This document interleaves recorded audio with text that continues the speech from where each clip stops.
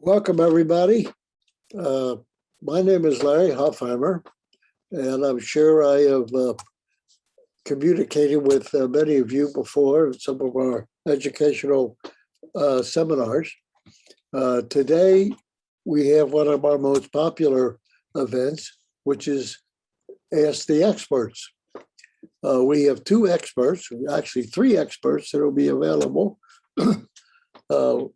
The first is Dr. Joshua Malley, who's the medical director for retina of the Macular Degeneration Association. Dr. Malley graduated summa cum laude from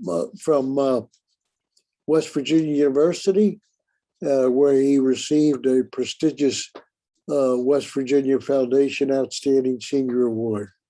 Dr. Malley was named a 2021 Castle Connolly Top Doctor and awarded his distinction as a fellow of the American Society of Retina Specialists designation. Also, we have Dr. Jeffrey Gerson. Dr. Gerson is the Macular Degeneration Association's medical director for optometry. He graduated from Indiana University School of Optometry, after which he went on to do a VA residency concentrated on low vision and ocular disease. He has been served in several practice settings, and he is currently in the Gin Eye Center in Kansas City, Kansas.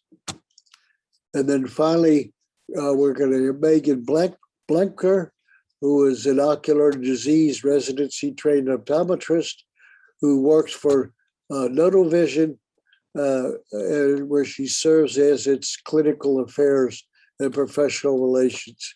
And you'll hear from her as well. So I'd like to begin with our doctors who can make their presentations initially. I also want to thank Regeneron, Novartis, and Novavision for their sponsorship of these programs. And please check our website, macularhope.org, for future programs. So it's now my pleasure to have Drs. Malley and Gerson do an interactive Q&A. So please feel free to ask questions in the Zoom portion. Thank you.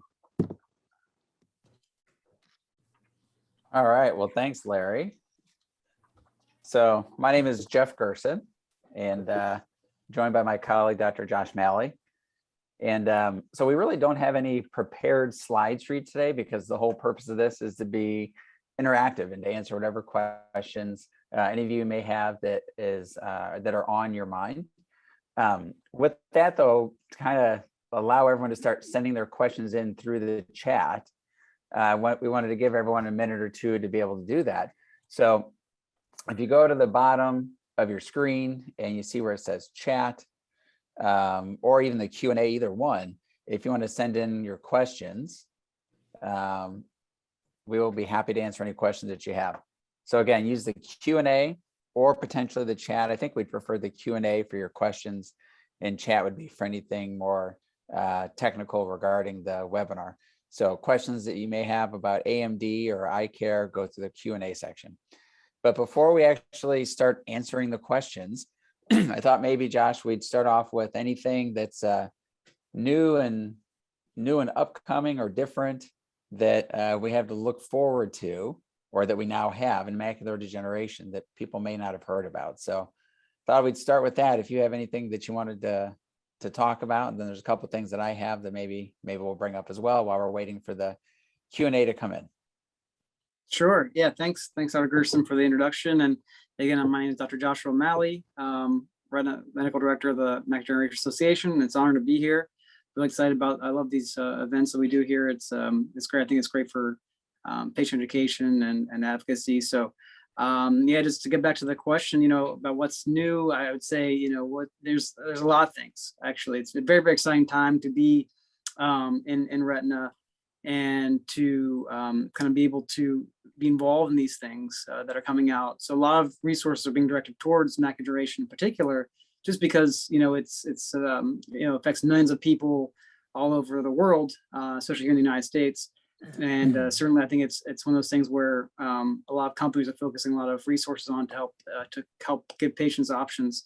And I'd say probably the things that I'm thinking about more recently are related treatment. Firstly, of wet AMD, we have some things in the pipeline that are kind of have been submitted to the FDA for evaluation, including a longer lasting injection called faricimab, which could be up to 16 weeks to help treat patients with wet AMD, as well as something called a port delivery system with ranibizumab, or kind of basically a surgical device that is implanted in the eye that releases injection medication over a long period of time, and potentially would only require a refill every 6 months, every year. So it's pretty exciting with the longer term drug delivery systems that we're looking at, to give patients less reliance on frequent injections and the burden associated with that. And then finally, with dry AMD, that's actually in particular geographic atrophy, there's been some updates where there's a medication made by a company called Apellis, which is a injection medication that can be given to slow the progression of geographic atrophy down, which is a pretty significant cause of visual loss in patients with a really advanced dry AMD. So that's the first of its kind sort of treatment. So it's a new class of medications, kind of in the last frontier of retinal therapy. So I'd say those are the kind of two highlights that I would mention, and I'm sure Jeff, you have anything else you want to add, but those are kind of the newer developments. Yeah, so you stole a couple of ones that I would have said. So that I had a couple backups, because I thought maybe you'd mentioned those things, because especially the port delivery system and that new drug faricimab are pretty exciting, because it takes the intervals between injections from every 4 to 6 weeks to instead now all of a sudden it can be every 16 to, if it's the port, up to every 24 weeks. So that's pretty impressive. But the two things that I kind of wrote down that I wanted to briefly touch on were from a little bit different perspective. So Dr. Malley's a retina specialist and does those injections, those treatments. So I wanted to focus on things that were hopefully before people need treatment. And so the two things I wanted to touch on is, if you're viewing this and you have macular degeneration, I would imagine many of you take a specific vitamin, an AREDS2 vitamin. And the reason that doctors have been recommending that vitamin to people for the last 5 or 6 years was because of a very large clinical trial that said that it was beneficial in certain people, and it was a 5-year trial. But fairly recently, the 10-year results from that trial came out. And what the 10-year results show is that vitamin still is in fact beneficial 10 years later. So not only that it's still beneficial and the right thing to be doing, but also that it does not cause harm. So I think that's really important. And the one other thing that I'll touch on before we start to jump into some of these questions we're getting is one of the things, or the thing that Dr. Blemker is going to talk about at the end of this, is something called the 4C home. And when she shares with you the data on how well it works, which I would totally agree with because I prescribe it to patients all the time, usually when you hear us quoting statistics, it's based on big clinical trials. But there's actually been some more recent data that came out on real world usage of this device. And the bottom line is it really works. And so it's exciting to hear that, not just in a clinical trial, but when real life usage actually works. So that's something that I think is really exciting. So those are two things in the area of dry AMD that are fairly recent and important. So Josh, let's jump into the questions. The first one that came in was, my mom and 2 aunts all had macular degeneration. What are the chances of me getting macular degeneration? Is there anything I can do about it? I'm 68 years old. Yeah. First of all, great question, very common question. Oh, by the way, and just as a reminder, everybody, please make sure to use the Q&A box for your questions, and try to avoid using the chat function for your questions. You can, again, ask technical questions in that box, but please direct all your actual questions for this webinar to the Q&A box. That will help to facilitate that. But But to answer the question, I always say there's three big risk factors, or what I would call Dr. Malley's big three risk factors for AMD. The first one is age. So advancing age, that we can't really change, is one factor. The second one is, environmental, smoking. So we know smoking is a big time risk factor, and that's something that we can change. So I'd encourage everybody on this webinar listening to please stop smoking if you can, because that'll really help your condition significantly, guaranteed. But the third thing, and this is what kind of relates to the question, is genetics. So we know there is some sort of genetic component to macular degeneration. Again, it's something that we can't change. We can't change, our family, but although there is a component of that can happen, it's not necessarily all the time. So that means that not everybody that has a family history of AMD will develop AMD. Again, as I mentioned, there's other factors there that can influence that. So while we do commonly see that it does run in families, and typically people, I can't tell you how many times, I have patients that get injections and they say, yeah, my, sister, my brother have, were on injections 5 years ago. And so you kind of hear, or they say, oh, my parents had macular degeneration and they went blind from it. I can't tell you how many times I've heard that story, and that just kind of highlights the risk factor of genetics in AMD. But all that being said, the only way to really tell for sure, and given your age, I would highly recommend, if you haven't already, had a baseline dilated eye exam with your eye care professional as soon as possible, because that's really the only way to sort of determine if you have any early evidence of AMD, or kind of go over your risk factors again and seeing what you have going on. And the only way to do that is really to get a comprehensive eye exam with dilation. That's one of I would highly recommend that, especially given your age, to get evaluated, and the history of AMD. Absolutely, please go get an eye exam. Yeah, Josh, the one thing, I agree with all that. The other thing that I would add, and you're right, this is a question that I get asked all the time. And so I try to make things very simple in the recommendations I make. And so what I tell people is there are 4 things you can do that can help reduce your risk of developing or progression of AMD, and that they're all going to be the same as what any doctor would tell you. So as you mentioned, smoking, we know, is a big risk factor. That's the most important thing. So smoking, we know that obesity is a risk factor. Diet is important. So I encourage people to eat more green leafy vegetables and less refined carbohydrates, and just being physically active. And what I tell people is being physically active doesn't mean you need to run marathons or pump iron. Just go for a walk, do something, some sort of activity. So simple things like that can potentially help you to reduce your risk. But to Dr. Malley's point, even with not ideal genetics, that doesn't mean you will get it. But the flip side is, even if someone has no family history, that doesn't mean they can't get it. So we should all be paying attention. And to Dr. Malley's point, routine eye care is so very important. And by the way, Jeff, one thing I would add would be, especially if you don't know of an eye doctor in your area, the Macular Degeneration website, www.macularhope.org, has we have something called the AMD Centers of Excellence. We're able, in a database, to look up practices that have achieved our credential of an AMD Center of Excellence that should be able to help you. So you can kind of search practices or doctors in your area. And so feel free to use that tool on our website to help to locate an eye doctor in your area. Great point. So do blepharitis and or optic nerve drusen have any relationship to macular degeneration? So the quick answer is no. So blepharitis is a condition that affects the eyelids, eyelashes.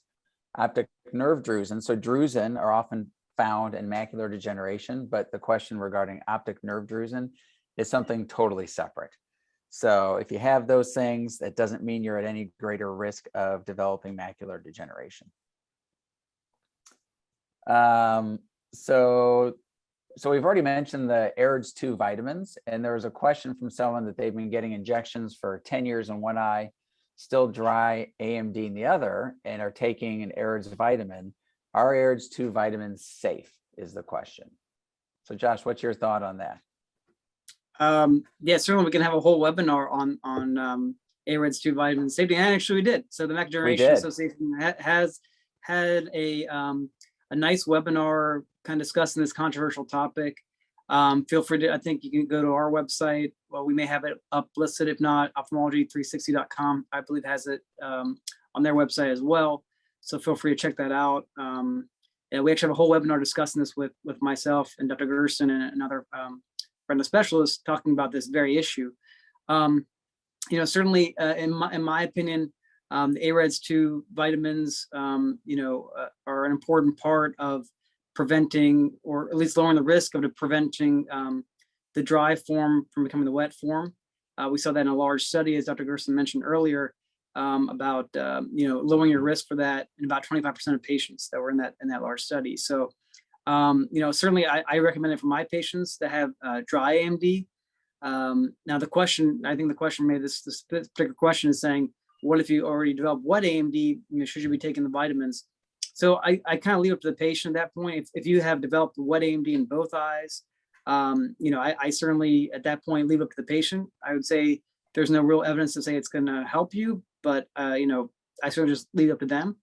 Now, if you have one eye that's wet and one eye that's dry, I certainly still do recommend the AREDS2 vitamin formulation for that eye that is still in the dry stage. So, so that's again my opinion. And again, listening to the webinar, you'll kind of hear differing viewpoints on that. And Dr. Gerson, if you have anything else to add on that topic.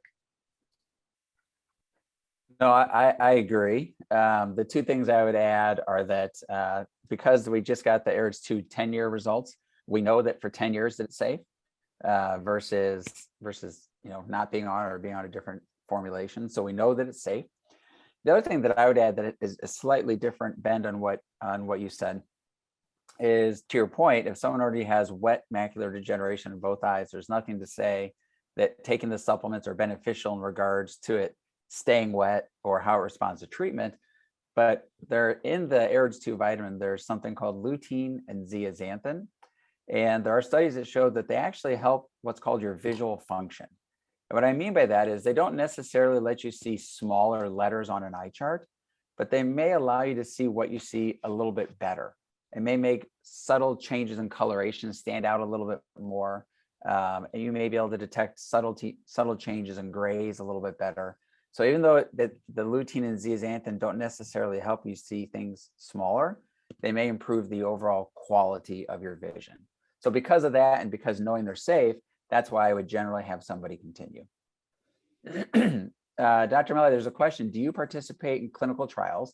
And how can I find information on how to potentially be a part of one? That's a really good question. Yeah, great question. Certainly myself in my practice, we do participate in clinical trials. Depends on what condition you're looking for exactly. We've had clinical trials on AMD and diabetic retinopathy and so forth. So certainly just depends on what condition you have. There are also other trials going on that have, kind of more rare conditions, what we call inherent retinal conditions. Those are also going on. But yeah, really, I think I go back to one good resource is in your area is to go to our website, the Macular Degeneration Association website, and look up on our database, practices that have achieved the AMD Center for Excellence in your area, because one of our criteria is, participating in clinical trials and research and being up to date on that. So hopefully there's a practice that we've sort of approved, in our database that may have trials going on in your area. So I would highly recommend looking at that database. But yeah, I think clinical trials are a very important part of advancing science. And I think that there's a lot of treatments, a lot of resources directed towards evaluating patients with AMD in particular, both dry and wet, by the way. So there's many trials going on, and should have no problem, finding a practice that would be able to help you with their clinical trial. The question is, if you have a certain condition, are you a good candidate? One thing to keep in mind is that not everybody that has a condition is a good candidate for a clinical trial. There are things that are called exclusion criteria, which we're sort of bound by to abide by, where if a patient that, even though they have a certain diagnosis, they may fall into a category which may be excluded because of sort of not fitting exact criteria parameters that we want to see in that clinical trial. So it's not just, having that diagnosis, but it's also being a good candidate. So you always want to keep that in mind, especially with your expectations as a patient.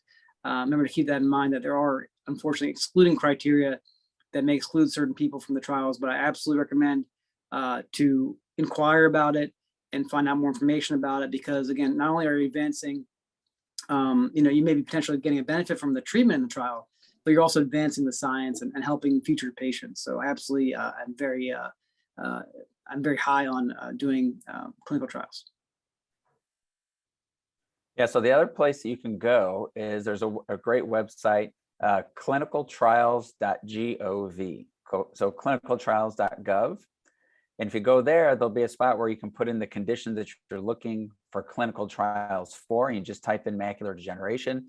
I just did that, and they currently list over 1,900. Now, some of those are not still enrolling, and some may or may not be pertinent to you, and you can break them down further. So if you look at ones that are just currently recruiting in macular degeneration, there's 220 studies nationwide. So clinicaltrials.gov, type in macular degeneration, and then it gives you some other ways to filter so you can see if there's something near you. So question, does blue light from our computers and other devices contribute to the possibility of getting AMD? Is blue light blocking in lenses and our eyeglasses beneficial? Good question. So this is something that as an optometrist, I get all the time. Every day I have somebody ask me about blue light protecting glasses. And really what I would tell you is, I think as far as what we know scientifically, the biggest issue with blue light from screens is how it can potentially affect sleep patterns, especially if you're on a screen an hour or two before you go to sleep. So I think that's the most important thing. Now, to your question in regards to getting macular degeneration, and Dr. Malley can correct me if I missed anything, but as of yet, there's no convincing evidence that blue light from screens is causative of macular degeneration. There's been some animal studies in fairly extreme circumstances, but as far as in people, we don't have any good evidence that it's particularly harmful. Now, that being said, the flip side of the coin there is that we could potentially find out that it's harmful, and there's no downside, there's no risk in getting glasses that do filter the blue light, especially if you spend 8 hours a day on a computer or an extended period of time. So I would tell you, do we definitively know that it causes a problem? We do not. But is there something that we could potentially do to be preventative that has no downside? And the answer to that, I would say, is yes. All right. So looking at some more of these questions. Why does it seem that research is so slow for dry macular degeneration? There seems to be a lot going on for wet AMD. So what do you think about that, Dr. Malley? Yeah, I think that's interesting. As I mentioned before, dry AMD is kind of like the final frontier in retina, and certainly I think that it's not for lack of trying. So there have been several attempts previously looking at medications to help treat dry AMD that have unfortunately failed. One got actually very close, got up to the phase 3 clinical trials, which is the final step before you submit for approval, and unfortunately did not meet its primary endpoint and was eventually was abandoned. But so you can see it's very difficult, especially in a condition like dry AMD, to sort of to get a treatment approved. So that's why it takes a lot of financial resources, as well as kind of logistics from companies to address this problem. Now, there's a lot of treatments that are actually being looked at for dry AMD. It's just a matter of getting ones that are actually going to work through the process. I think the current treatments now are really focused on slowing progression. That's kind of been our main focus now, because again, it's the only way to really sort of replace lost tissue from dry AMD, like things that are advanced dry AMD, like geographic atrophy, is with stem cell transplantation. So stem cell transplantation is really the only way to replenish cells that have already been damaged or lost. And that would be the treatment of choice, for someone that has really severe loss from really advanced dry AMD. But our current goal with current therapies, the focus is to just slow that progression for as long as possible so that patients can keep their vision for hopefully their entire lifetime. So that's kind of the goal now currently. And again, it's just a very, very difficult thing to treat. And we have one agent now that's submitted for FDA approval and is being evaluated right now. So we should have some more information on that within the next 6 months. But it's just a difficult condition to treat. So the other I think thing that I would point out for that is if somebody has wet macular degeneration and there's a trial and there's something, an intervention, a treatment that's tried, pretty quickly whether it's working or not, because wet AMD comes on fairly quickly, and we know that with good treatment that it is, I shouldn't say resolved because it's not fixed, but it's at least treated and benefit is seen pretty quickly. In dry macular degeneration, that's a process that takes years. And so that's another reason why it seems like treatment or research for dry AMD is so slow, because you can't have a 6-month or really even a 12-month trial. It's going years versus a wet AMD trial that within 12 months and 2 years max, we're going to have a really good idea of whether something works. So I think that's yet another reason why that seems like it's so slow. All right, so there's a couple. So I'll read the question here.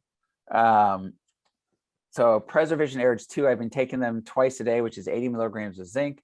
Is zinc harmful in this amount? My brother has dry AMD in both eyes and is taking this, which again means 80 milligrams a day. Is this too much? Is it okay to take that much?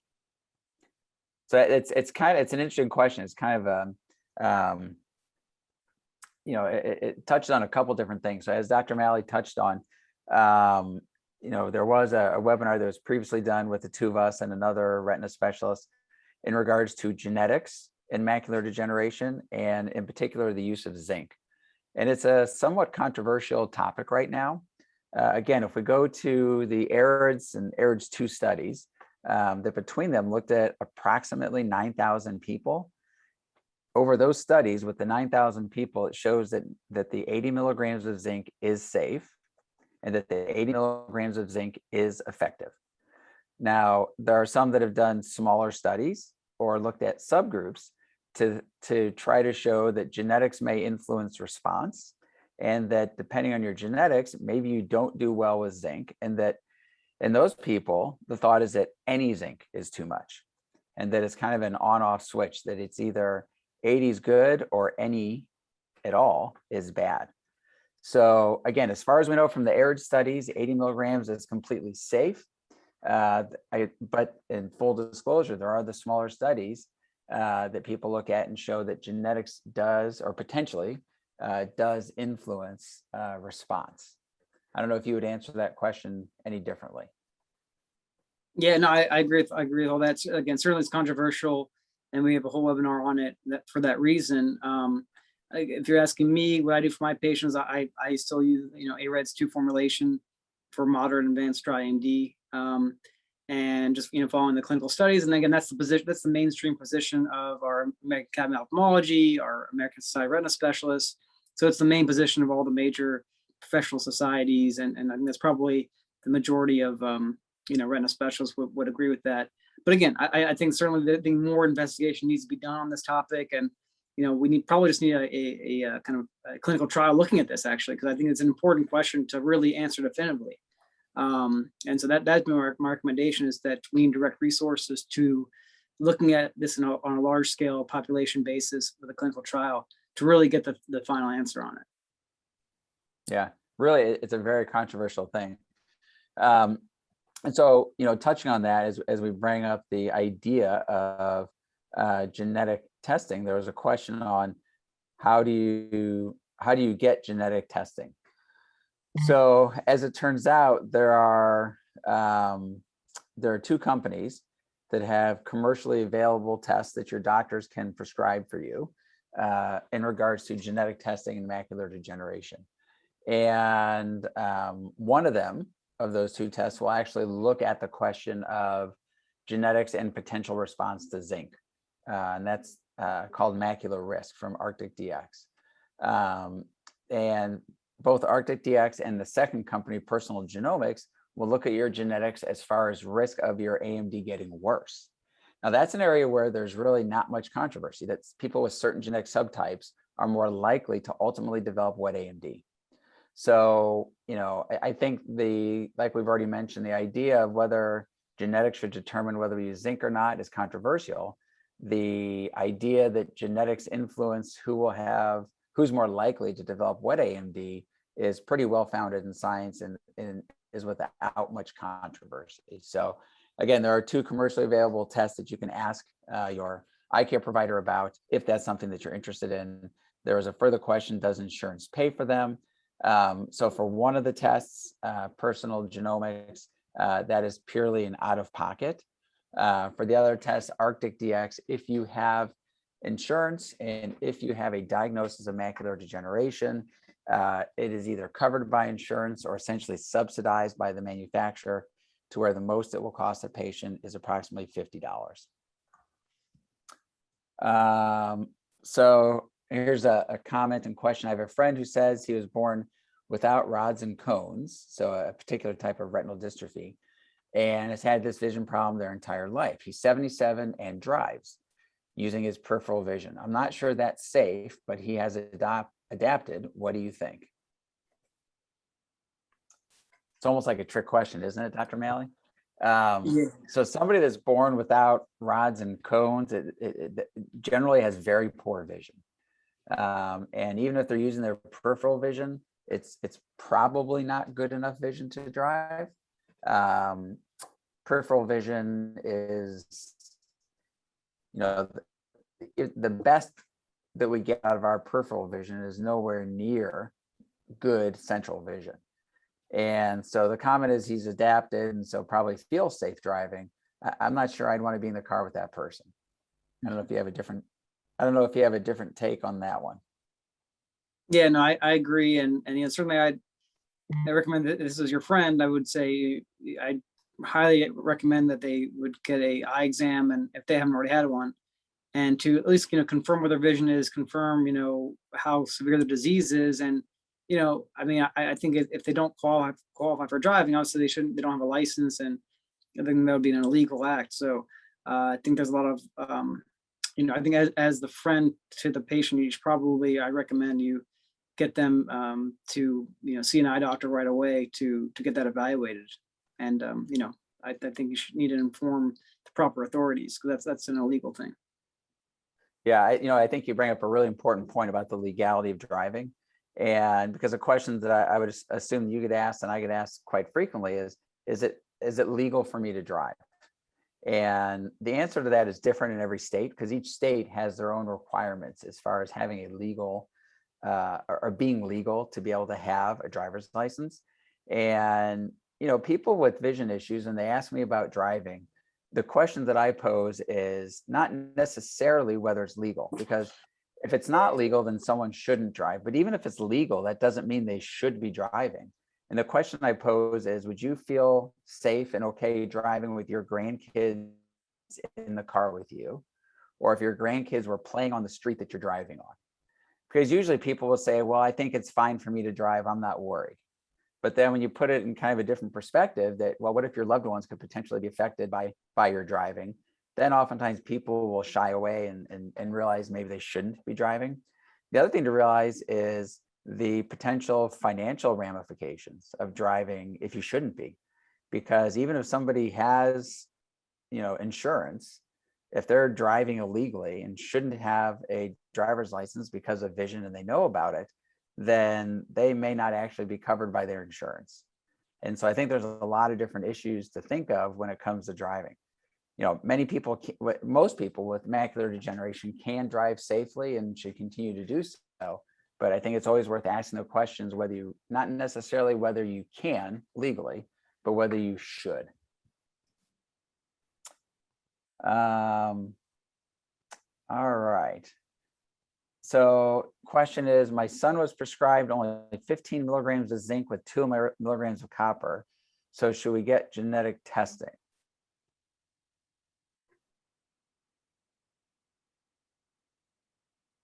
So I guess that's in regards to macular degeneration. And I don't know. I don't know that being prescribed something that then triggers the necessity to have genetic testing. So I don't know if that's a reason to go have any genetic testing done. First of all, you need to say, well, I do believe in genetic testing and its importance in the zinc issue. So I guess that's the first question. Does it hurt to have genetic testing?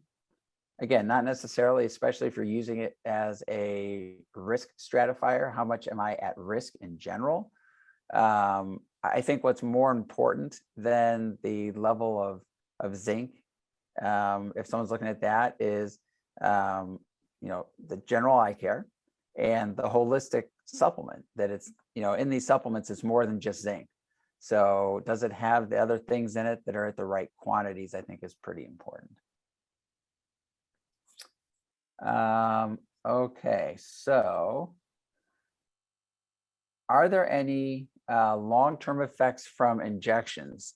For instance, if I've been getting them for 10 years or more? Yeah, I mean, I would say, there's always risk things for a procedure that you do. I mean, every time you do a procedure, there's always risk of infection. Again, that's probably a 1 in 10,000 sort of risk, but again, can happen and is a real risk to think about. But other things include our inflammation or retinal detachment. Again, kind of rare, but certainly things that are on the list. I would say over that long period of time, the main risks are, number one, actually probably the highest risk of developing what we call injection fatigue. I mean, I have some patients that understandably so have been getting injections for a long period of time, sometimes 10 years or more. And they're just tired of getting injections, and it's hard to come into the office. It's hard to come in every whatever it is, 6 weeks, 8 weeks, whatever it is, over that period of time and receive an injection. It's just, it's a burden on everybody. And again, that's why we're looking at longer term, drug delivery systems and longer term, less injections over time to help improve that injection burden in patients. So that's probably the most common long-term risk, is just what we call becoming injection fatigue. I think the other issue I would think about would be, just the medication not working as well anymore. Sometimes that's why we watch patients, even though they've been, on injections for, let's say, several years, and they've been fine. The disease can sort of what we call reactivate, and that can cause the need for, either more frequent injections, so shortening the interval to maybe go from 8 weeks to 4 weeks, or it could mean switching medication entirely to different medication in the class, like go from, Eylea, for example, to Lucentis. So it's just kind of, there are situations, and those are the reasons why we follow patients over time, and because of this risk of reactivation of the disease, despite being on treatment for many years. But what we found is generally injections are very safe for the eye, even many years of having injections. It's not like the eye sort of develops too many holes in it where it can't function or things like that. I know it's people probably think about is how can you keep sticking a needle in an eye and it's still, I would just say their eye is very resilient. It's probably in my opinion, it's the most resilient organ in our body. So it can withstand, years of injections with a very small needle. From a structural standpoint. So injections are very safe. They've been proven to be very safe over many years. So there's a question here about, does having glaucoma tend to worsen the progression of age-related macular degeneration? So glaucoma and macular degeneration are probably two of the main things that people over 65 worry about. As it turns out, macular degeneration is far more common. There's probably about 3 times as many people with macular degeneration as there are with glaucoma. But AMD and glaucoma are completely different disease processes. They affect different parts of the eye. Treatment for one seems to have no effect on the other. And as far as I know, having one has essentially no bearing or effect on the other. So I don't believe that there's any research that shows any correlation between the two. really the potential issue is the main potential issue for macular degeneration is how it affects somebody's central vision. And glaucoma is a disease that affects somebody's peripheral vision. And, if someone has poor peripheral vision, but good central vision, generally they're fairly functional, especially for things like reading. If someone has poor central vision, but good peripheral vision, they may not be able to read very well, but they're generally able to get around and are fairly functional. But the real problem would come in if somebody has problems with both. So luckily, there does not appear to be any real correlation between the two. Okay, again, just going through the questions. And if you have questions, feel free to send those in.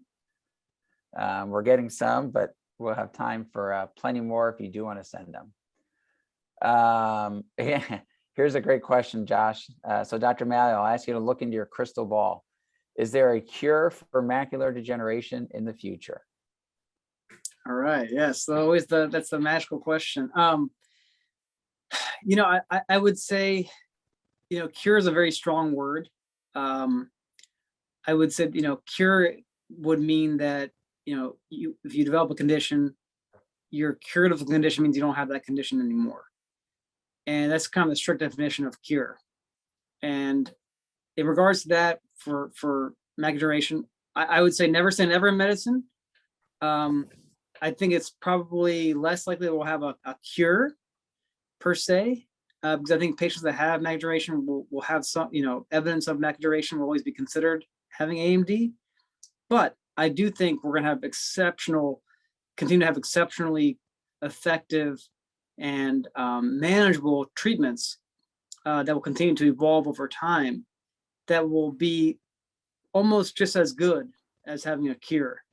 And I think that's the way to look at it, because, someone that, the only way you can really, cure someone of a disease is really to do an entire transplantation of their eye. For example, I mean, you'd have to transplant their whole retina, which again, I'm not ruling out, with stem cell transplantations and things like that, the potential is there that we could have a cure. So I would say I'd be more focused on, having great, better and better treatments for the condition to sort of be that, just as good as a cure. But, I would say, can there be a cure? I mean, absolutely, sure there can. And that's where I think things like stem cells and so forth had that potential. But I think really, I want everybody really in this webinar to focus on, the involvement of our treatments, having better drug delivery systems, different targets, more manageable disease to essentially be very similar to a cure. Good point. Good point. So I think this next one is one that I think is a really, really important one. So it's a comment and question. It says, I've lost some vision due to macular degeneration. My doctor said there's nothing more he can do. What can I do?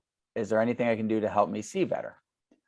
So the reason that's a really good question is because a lot of times someone like Dr. Malley's put in almost an awkward position, and that after someone's maybe had many injections and maybe maybe they're no longer working or they didn't work. So from a medical perspective, there may not be any further treatment.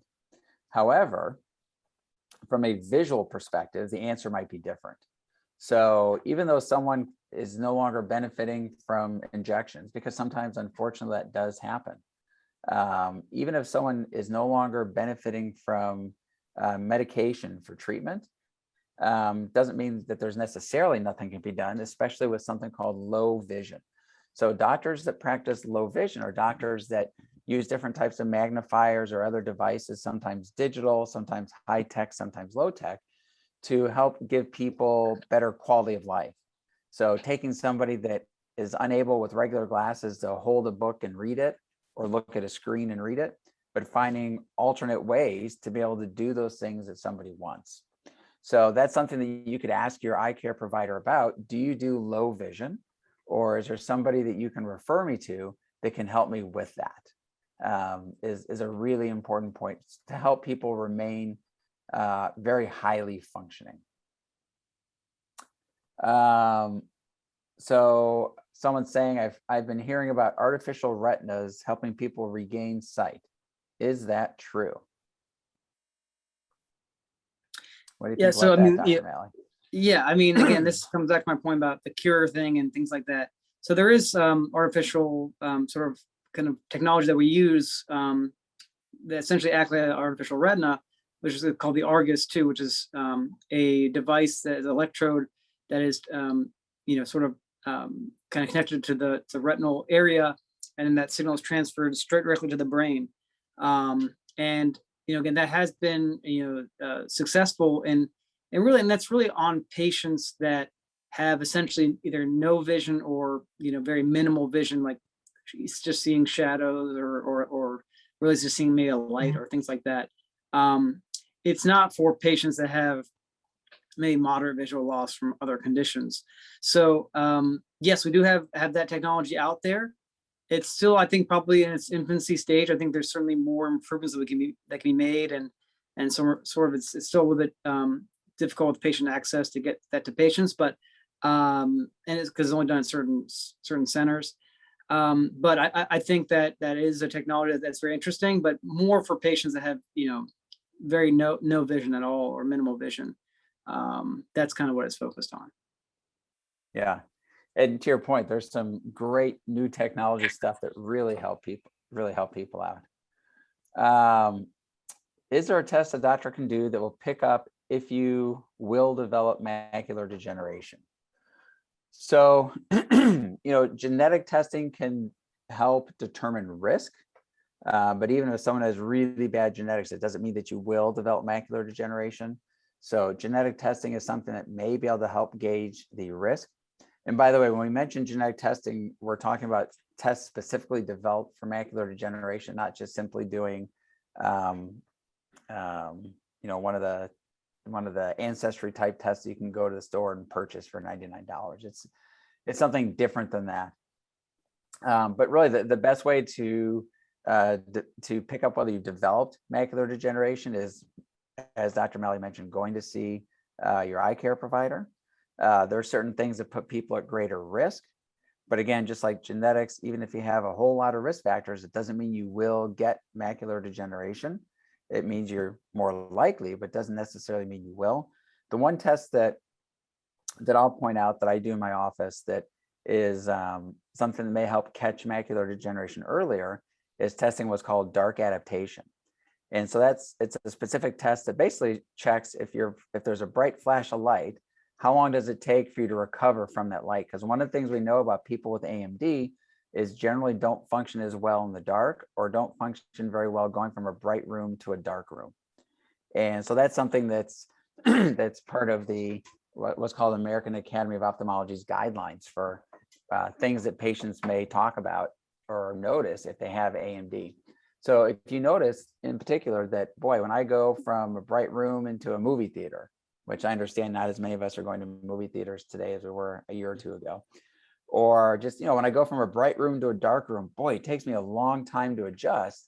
Well, that might actually be the first symptom of macular degeneration. It's certainly worth letting your doctor know about that, because that may alter the way that they test you or things that they look at. But that's just, again, that's what you can tell on your own, but there is a very specific sensitive test that doctors can actually do in their office as well. All right, so Josh, there's a question. I'm receiving injections. How long will I need to continue? Yeah, this is a very common question that patients ask me, especially when we first start treatment.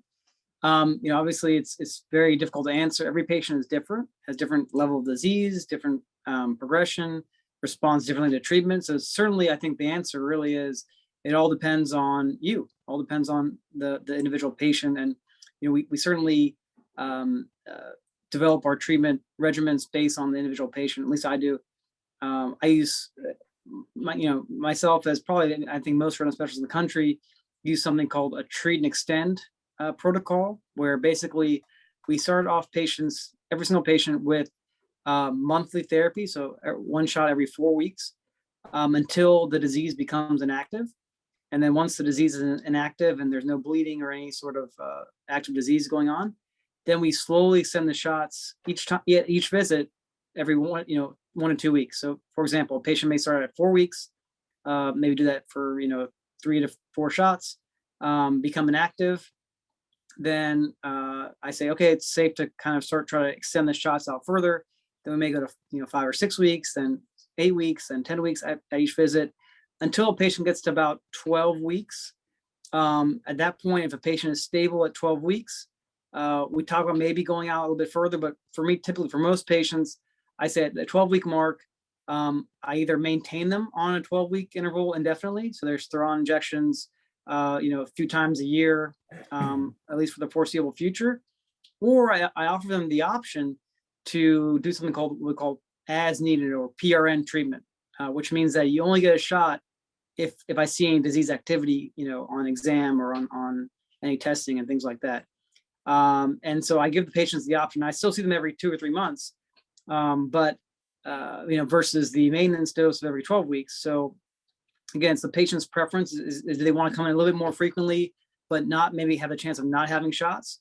Or do they want to just continue a maintenance dose every 12 weeks indefinitely? And each patient is different. I probably have 50-50, goes either way, based on patient preference. But I'd say, it's again, how long you're gonna be on treatment for, it just really depends on how you respond, is kind of the main answer.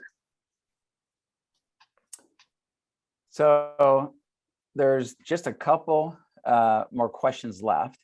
So although I don't do the injections, I'm going to answer this next one. And the reason is because if Dr. Malley answers it, then it would sound like he had a jaded perspective, I think. And you'll understand why when I ask it. So the question is, do the injections hurt? And Dr. Malley would, of course, say no, because he's the one doing them. But what I would tell you from talking to patients that have them is the answer is no, that they don't. And what I always tell my patients is the worst part about getting injections is whenever someone tells you or you realize that that's what's going to happen, the anxiety that you feel. But the actual procedure itself, it is rare for me to talk to one of my patients that say that they experience any pain at all. Maybe a little bit of pressure, but really no pain. And as a matter of fact, most people that I ask, they kind of give me a look and say, well, gosh, it's really no big deal. It's not a problem at all. So I wanted to answer that again, even though I'm not doing the injections. I think coming from me that doesn't do it and really ask my patients about it, I think I can give you that answer and be really confident that Dr. Malley would have said the same. Although coming from him, you may not have believed it quite as much, because he that's what he would want to think. But he's right. They really don't hurt. I just want to say I'm an expert on whether they hurt or not. I get injections regularly from Dr. Malley, and they do not hurt if the anesthetic is administered. Yeah, well, let's hope that it is, right. That's part of the standard protocol that that drops are put in the eye and your eye's made to feel numb, and so there's really nothing to feel. Anyway, you want to conclude now the questions? Sure. Introduce our next presenter. As you all know, catching wet macular degeneration early is the difference between seeing well and seeing poorly. So the question is, how do you catch wet macular degeneration after it first appears? If you wait too long, the vision loss you may have may not be recoverable by any type of treatment.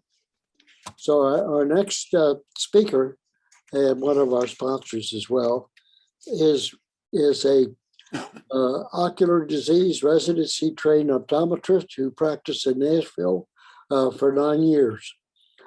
She now has transitioned to industry, where she joined Nodal Vision team, and she serves as its director of clinical affairs and professional relations. Dr. Blumker has a device that is covered by insurance and will clearly detect wet macular degeneration. I refer to it as I use it. I refer to it as the Amthler on steroids. So it's now my pleasure to introduce a presentation by Dr. Megan Blipker. Thank you so much for the introduction. No-Tel Vision is proud to partner with the Macular Degeneration Association, and I appreciate the opportunity to speak to you all today. It is such a privilege. To reiterate some of the important points made in the presentation, I'd like to further discuss understanding the importance of early detection of wet AMD and how you can play a role in protecting your vision. 4C Home is FDA cleared and Medicare covered. It's prescribed by your eye care professional when you have the appropriate level of vision and appropriate stage of age-related macular degeneration. It's a form of personalized medicine with the 4C Home device used at home in between your regular eye exams, and it detects metamorphopsia or visual distortions in AMD. AMD is the leading cause of severe central vision loss in people over the age of 50 years in the United States. I'm going to share with you the information you need to get informed and take charge of your vision. AMD is a chronic, meaning it doesn't resolve or go away, progressive, meaning it tends to worsen over time, type of condition. And there are two types of AMD, dry and wet. Dry AMD is the slower changing, earlier form of the disease that puts you at risk for developing the wet form of AMD. And wet AMD is the sudden change or advanced form of the disease. AMD affects an area of the retina called the macula, which is responsible for detailed central vision used for activities like reading, driving, and seeing faces clearly. In dry AMD, changes occur in the cells of the macula, and drusen, or deposits, these yellow spots that you see here on the right side of the screen in the picture, build up in this area. And these changes may induce blurry vision, such as difficulty seeing sharp details both up close and far away. Dry AMD is the slow form of the disease, with changes you may not notice over time. Most importantly, dry AMD puts you at an increased risk of progressing to wet AMD. Over time, the size and number of these drusen or deposits can increase, which increases your risk of developing the more sight-threatening form, wet AMD. Again, dry AMD can suddenly change to wet AMD without any kind of advance notice. If you convert to wet AMD, abnormal blood vessels grow under and into the retina in the macula, as you'll see here on the right side of the screen.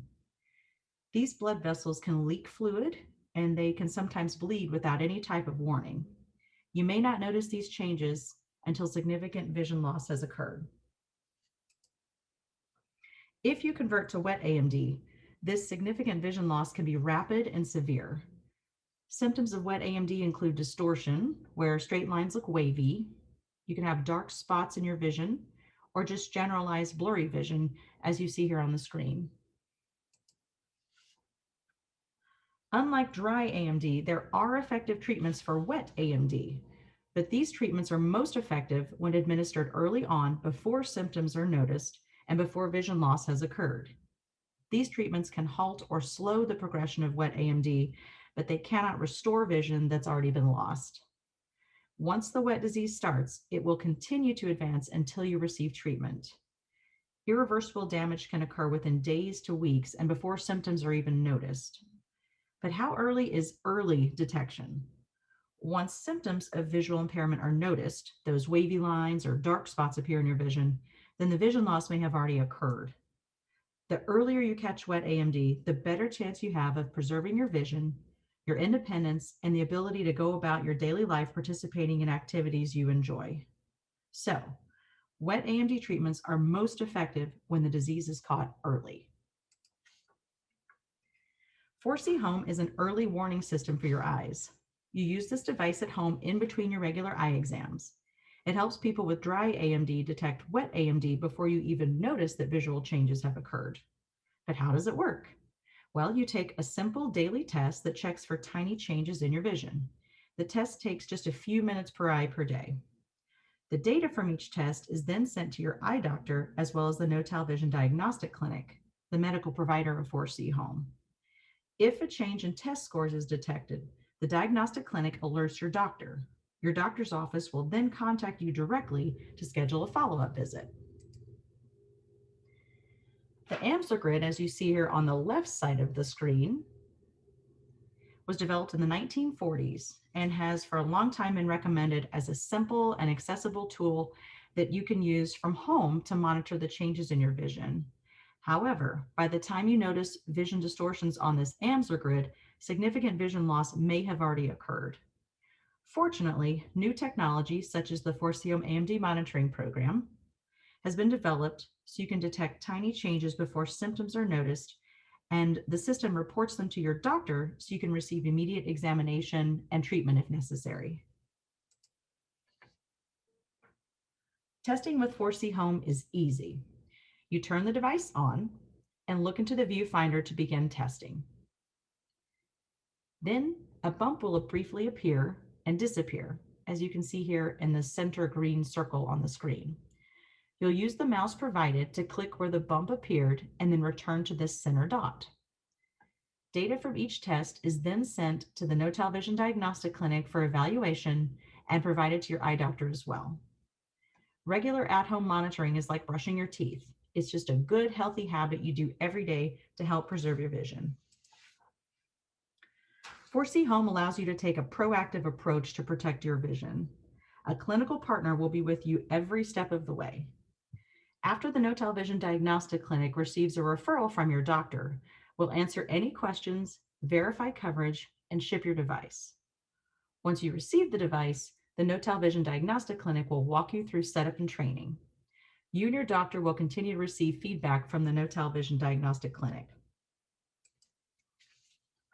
Our team will be sure to verify your insurance benefits and discuss with you prior to your acceptance of the device and prior to getting started with the program. There are low out-of-pocket costs for Medicare patients. So patients with Medicare and a secondary supplement plan could have out-of-pocket costs as low as $0 per month. Patients with Medicare and no secondary supplement plan will pay $15.06 per month once their yearly Medicare fee-for-service Part B deductible is met. Again, Foresee Home is FDA cleared and Medicare covered. Your doctor will send our Notal Vision Diagnostic Clinic the order for you to begin the Foresee Home AMD monitoring program. And appropriate candidates have a particular stage of dry AMD and a particular level of vision, which will be determined by your doctor. You'll continue to test regularly at home. If a change takes place, your doctor will be alerted and have you come in for an examination. In summary, the Notal Vision Diagnostic Clinic works with your doctor to remotely monitor your dry AMD, helping you retain functional vision throughout your AMD journey. I'm happy to answer any questions you might have, and thank you so much. Here's my contact information for your reference. I would love to hear from you. Had some excellent questions and discussion today. Let me pull up the Q&A here. See what you'd like to know about Foresee Home. The first question is, if this program is better than the Amsler grid, why aren't more doctors prescribing it? Well, the Amsler grid has been around for years and has been the standard of care for patients with age-related macular degeneration. Also, we are a small but growing company, so we appreciate your help in getting the word out about the good things that we're doing to support your doctor and help preserve your vision. So I think one of the best things you can do is go back to your eye doctor and tell them that you attended this program today and that you learned about Foresee Home and you would like to know if you are a good candidate for the program. The next one is, I understand that the program is good for those with dry macular degeneration. Will it be made available for those with wet macular degeneration? Excellent question. So this technology was designed for and was approved for the conversion of the dry, intermediate, or medium stage of macular degeneration to the wet kind. So that is the only indication at this point for Foresee Home.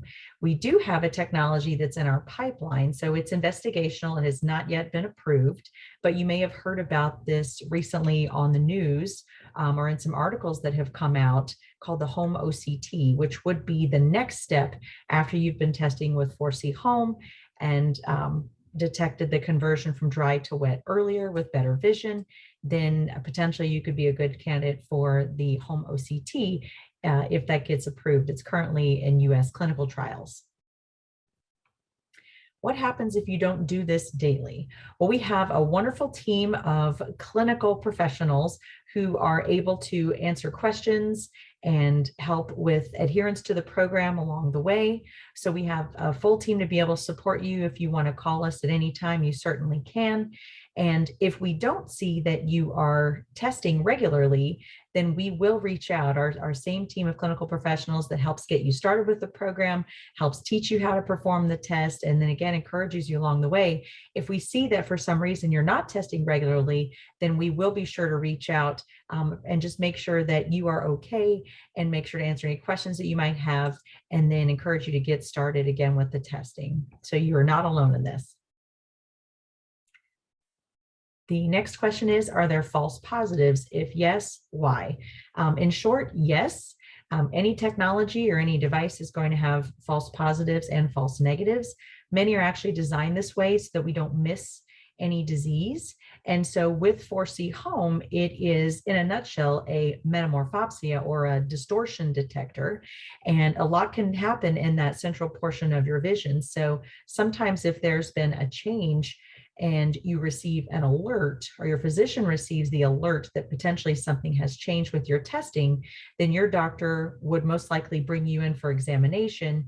And then they are the expert taking a peek at your eyes to see if that conversion has taken place, or if perhaps something else is going on in the macula there, where the 4C Home is monitoring your vision and monitoring for those distortions. So if there is a change from where you started at the baseline, then your doctor will receive that alert and most likely bring you in for that examination and determine best next steps.